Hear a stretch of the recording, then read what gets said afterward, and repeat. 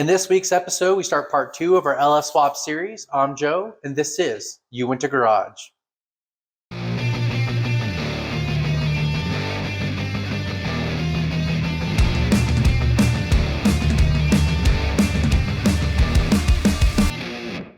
Hey, it's Joe here from You Went to Garage. Today I'm going to do something I really never thought I was going to do.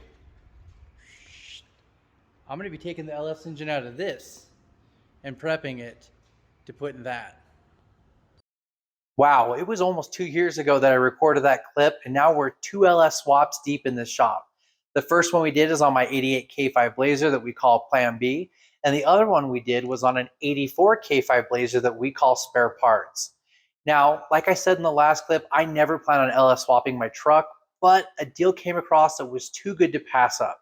I found a running driving 2005 Yukon Denali with a 6.0 4L65 that ran perfect. And I got it for so cheap that I knew I could part it out for way more than I got it for. So after doing that LS swap on my Blazer and realizing just how easy it was to do, we decided to do it on the 84 K5 Blazer to get that up and running, because at the time it didn't even have an engine. So let's walk through how we did these LS swaps. One of the first things we had to do was obtain our donor vehicles and then strip them down. Here's where we learned some valuable lessons. First, let's look at the Yukon Denali. This was a running driving 6.0. Everything was there. The vehicle itself was actually in pretty good shape, including a good interior and really good body panels. This one had everything I needed to complete the LS swap and then some. I was able to part this out and actually make money on the swap, which was pretty cool.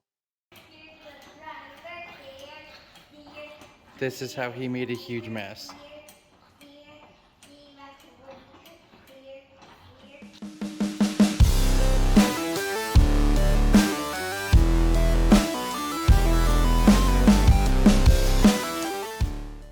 Now the Escalade that we picked up for the spare parts build, that was a different story. This had a 5.3 in it that was missing a lot of parts, had a bunch of broken parts on it too, and we later found that it had a bad lifter. We couldn't test it beforehand, so it was a gamble. We also discovered that the transmission was completely cooked and had been for a while. The interior, well, you can see for yourself, it was hammered. Nobody wanted to buy any of these parts, and I can't imagine why. Because of this, we couldn't recoup our costs. So in the long run, it probably would have been cheaper just to buy a running driving Escalade or Yukon, and that's always going to be my advice on a donor vehicle. The next thing that I learned is pulling the front clip off these things and then pulling the drivetrain out all in one piece is really the easiest way to do this. I was able to pull the engine and transmission out of both trucks within 3 hours each. It wasn't a big project. It was actually fairly simple, especially because I knew I wasn't going to put the vehicle back together, so I wasn't necessarily careful as I was tearing these apart.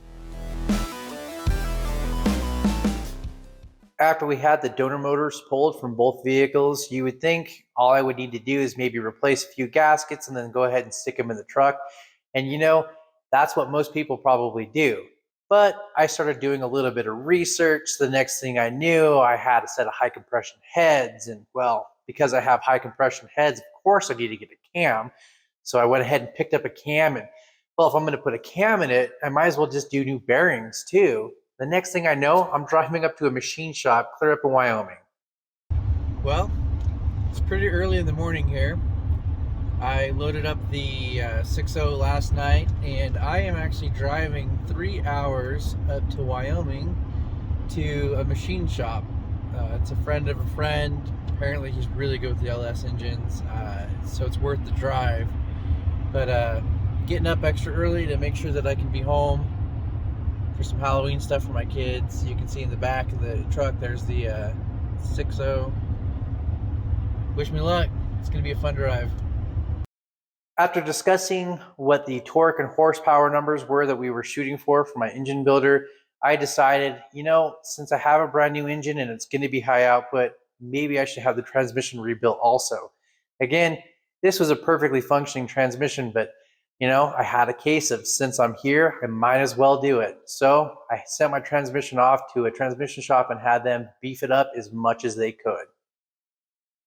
After a little while, I had my brand new engine and brand new transmission back from the shop. So the next thing I did was started to gather up all my parts.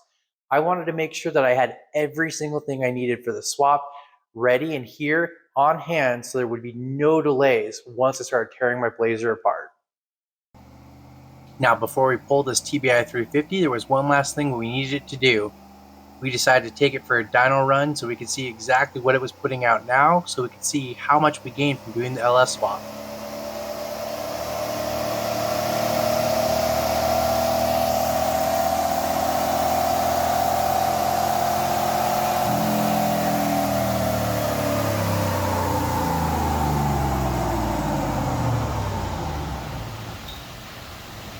You know, watching tires that big move that fast is fucking scary.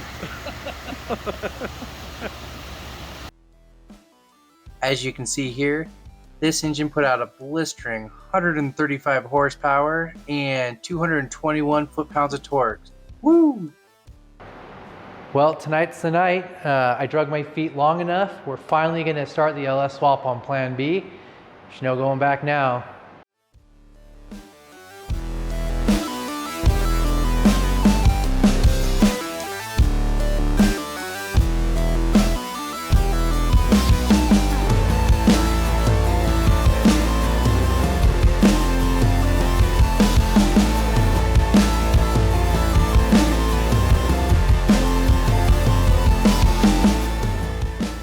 All right, the first night is down. We've got both drive lines pulled.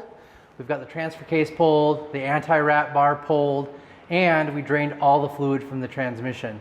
It's getting pretty late, otherwise we just go ahead and yank the transmission, but honestly, for the first night, this is pretty good progress, and man, this is cruising right along. All right, day 2 here. We're getting ready to pull the transmission.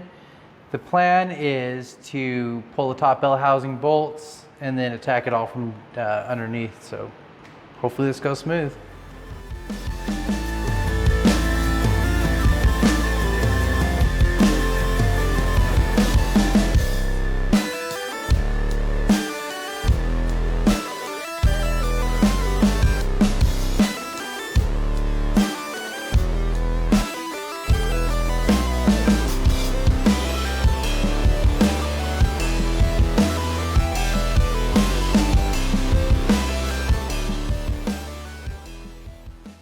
Now that we have the transmission pulled, we decided to pull the front tires so we could drop the front end really low, pull the hood off, and then take everything off the engine and get that ready to pull.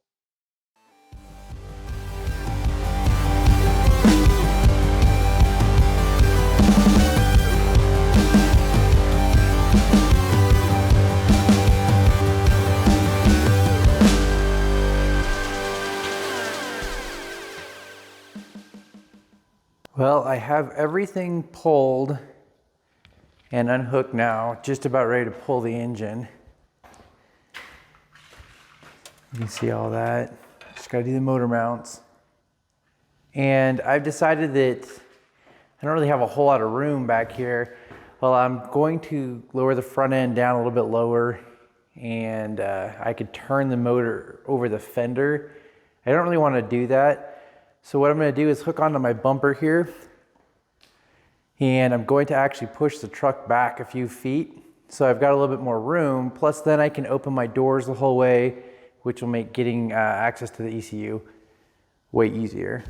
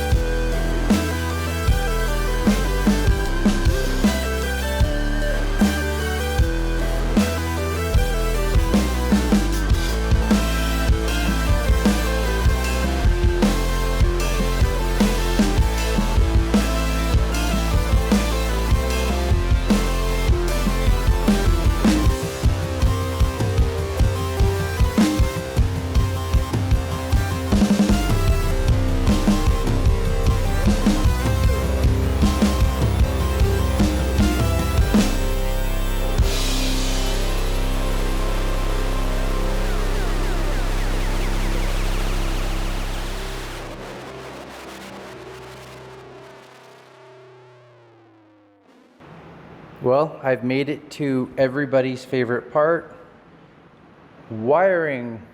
Yay. The goal here is to kind of clean this up, get rid of everything I don't absolutely need. My plan is start pulling the wire loom off everything so I can start sorting the wires based off of what they go to and what I'm keeping. There are some wires you keep.